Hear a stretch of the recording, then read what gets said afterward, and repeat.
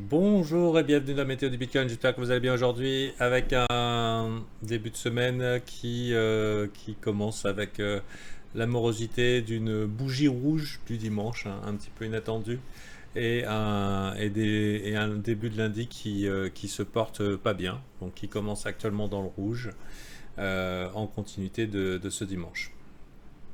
Alors que l'espoir renaissait, hein, samedi, dimanche. Ça faisait quand même 6 jours et quelques signes d'accumulation que le Bitcoin était en train d'être en mode montée. Bon, après, pour l'instant,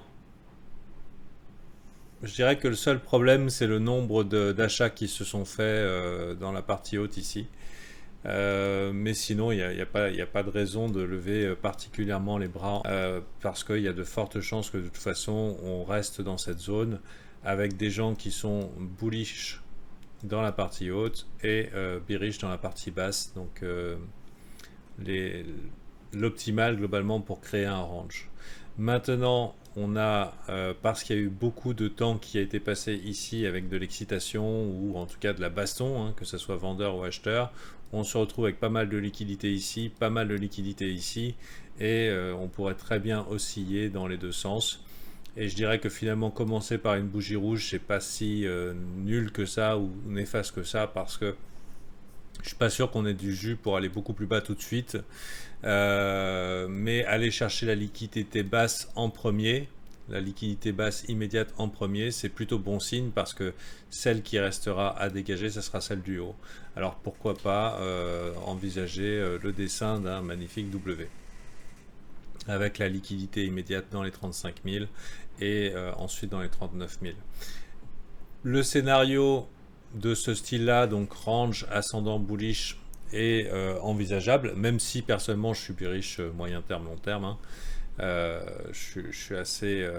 On va se focus plutôt sur le court terme pendant pas mal de temps, hein, jusqu'à ce que tout ça change avec des belles structures daily, weekly. Euh, donc aujourd'hui, on pourrait être dans cette optique-là avec un S&P 500 qui lui nous a fait un beau bottom, en tout cas en 4 heures. Vous voyez ici, clac, clac, clac, clac, clac, clac. Alors en daily, c'est pas ça. Ça lutte encore.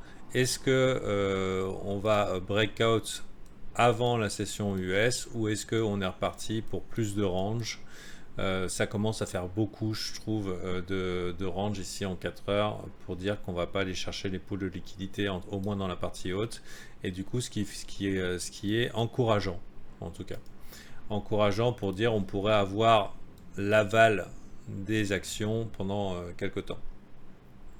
Mais c'est pas sûr du tout, hein. Ça se trouve, on est maintenu là-dedans et on verra, mais je sais pas. Moi, personnellement, ça ressemble un petit peu quand même à du W4 heures. Je pense pas non plus qu'on va repartir sur des plus hauts sommets sur le S&P 500 tout de suite parce que on a toujours cette épée de Damoclès sur la tête et c'est l'augmentation des taux d'intérêt, c'est qu'est-ce que va faire la Fed et c'est quelle est la situation macroéconomique. Mais pour l'instant, on a l'air plutôt bon pour un rebond qui pourrait nous emmener à peu près dans cette zone ici et du coup, en tout cas, ne serait pas un obstacle à un Bitcoin qui déciderait de faire une petite poussée vers le haut. Voilà, voilà. Pour la méthode du Bitcoin, je dirais il n'y a pas besoin de prendre des positions incroyables, de fou, etc. Parce que tout ça va prendre du temps à se résoudre. Si vous êtes bullish, eh ben, on est quand même dans la partie basse du range weekly, donc ça fait sens de vouloir commencer à construire des positions de swing, tout en gardant quand même en tête que alors swing, ça veut dire long terme. Ça veut dire avec l'espoir que dans les mois à venir, on ait un petit retour dans les 50 000 balles. Euh, mais bon, on sait quand même que d'ici le mois de juin, on peut se prendre de grosses claques. Hein, il y a des claques potentielles et, euh, et donc et des éléments de surprise. Donc voilà, un environnement Tendax du Slipax, hein, ça change pas. Sur ce, je vous souhaite une bonne journée. Je vous donne rendez-vous demain. Peut-être aussi arriver nouveau mois, peut-être nouveau swing, hein, qui sait. C'est souvent, ça arrive souvent que ça se passe comme ça. Euh, Au niveau Ishimoku, on est toujours en train de lutter dans la partie basse ici. Donc ça, c'est pas haussier. Vous voyez, c'est pas haussier, quoi. Déjà, en 12 heures, je fais la gueule quand c'est sous le nuage. Alors en weekly, alors n'en parlons pas, quoi. Autre chose aussi qui m'a dérangé, c'est vraiment le gros espoir qu'on a senti ce week-end. Il y avait vraiment beaucoup d'espoir. Maintenant, je dirais que si vous êtes du côté des boules, vous pouvez participer au combat. Et je dirais qu'une entrée dans cette zone-là, vous voyez les mèches, ça peut être très intéressant, moyen terme, long terme. 36 000, 32 000, c'est des bonnes entrées. Il y a du gros poisson qui défend ça. Comme vous avez vu, hein, généralement ces mèches-là, c'est des signes de réversal long terme, hein. Qui sait combien de temps on va se bastonner là-dedans sans pouvoir traverser. Donc pourquoi pas. Et sinon, au niveau du daily, on a eu un point de contact en sortie de trendline, donc petite tentative qui pourrait se confirmer cette semaine. Ici, vous voyez. Pour l'instant, c'est un short, enfin dans mon livre, dans mon book, comme ils disent les Anglais. C'est une opportunité de short. Pourquoi? Parce qu'au contact, c'est l'occasion d'ouvrir un short, mais il suffirait avec un stop serré. Mais il suffirait pas grand chose pour qu'on accepte de l'autre côté et qu'on commence à avoir un petit peu de force dans le Bitcoin. Donc voilà, c'est un petit peu tout ce que j'ai à dire. Maintenant,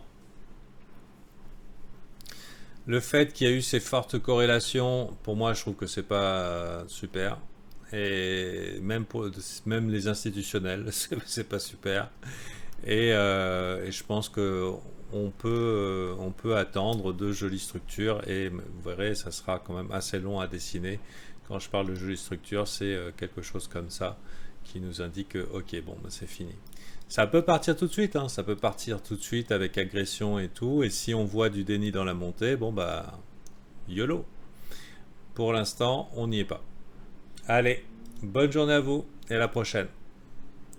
Vous remarquerez que j'essaie de pas être trop pessimiste parce que c'est plus nécessaire, plus à ces niveaux-là.